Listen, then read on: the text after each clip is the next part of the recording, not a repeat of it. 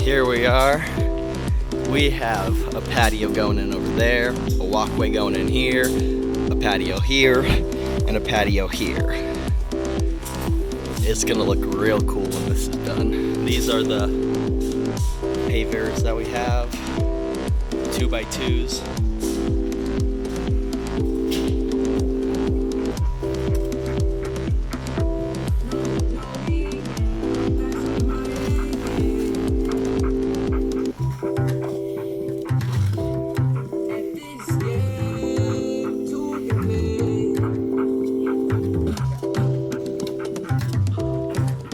So end of day 2, we got this first patio done.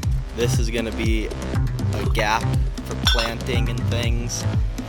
This is the second patio, and it's gonna go running even with this one down to that corner. This is still road base that we're gonna put sand on, then lay a walkway like this, 10 feet, this line. There's gonna be a fountain right there, and walkway here, another small 6-foot patio, and another walkway to kind of go around the fountain. Yeah. Finishing this up today. We got 2 more pieces to cut, 1 more to cut over here. We're gonna infill, so we're going making sure all of our spacing is on, making sure everything lines up perfectly, everything's level before we do our infill, because once we do that, there's no going back. Got the edges around the outside. It's coming out.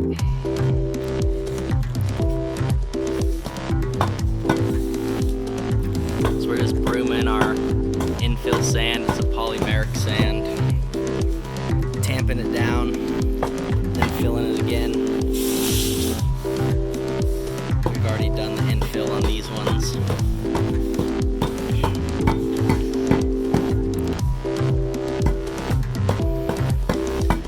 So get the sand in once it's where you want it to be. Wet it, and then it sets.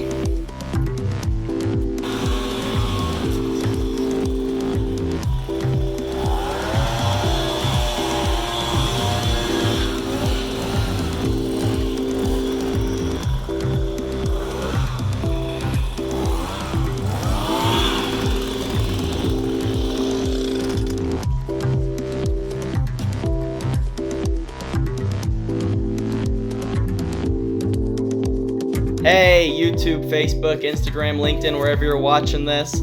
Just wanted to jump in here at the end and add a few more specifics on the project and some background details if you may have been wondering. So this house used to be a church, and the area we were putting these pavers was a parking spot. So the ground there was very compacted, very hard.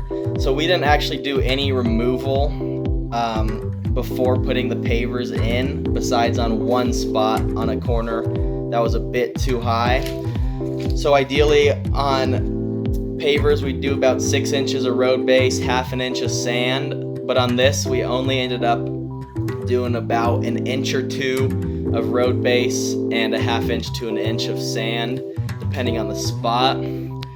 One of the things that we didn't capture very well in the video was the grading and shooting for that grade. The patios were very precise. They were all at the same level and had grades away from the house or deck, about 1 inch drop every 10 feet for water flow. So that was one of the big preps that we had, was getting that grade out, figuring out where the corners of the patio were gonna be, and then running a bunch of string lines. And when we were filling in our road base or our sand, we'd put it in and be checking under the lines with a tape measure. We'd set the line up, fill in our base underneath it, and then come in with a tape measure. Okay, we got 2.5 inches, 2.5 inches. We gotta be at 2.5 inches because we know that the paver's 1 3/4 thick, and we're gonna have some sand So we were just coming in checking where our levels were, which was something that didn't get shown in the video a lot. It kind of looked like we just threw the basin sand in there, when in fact there was a lot of leveling and prep.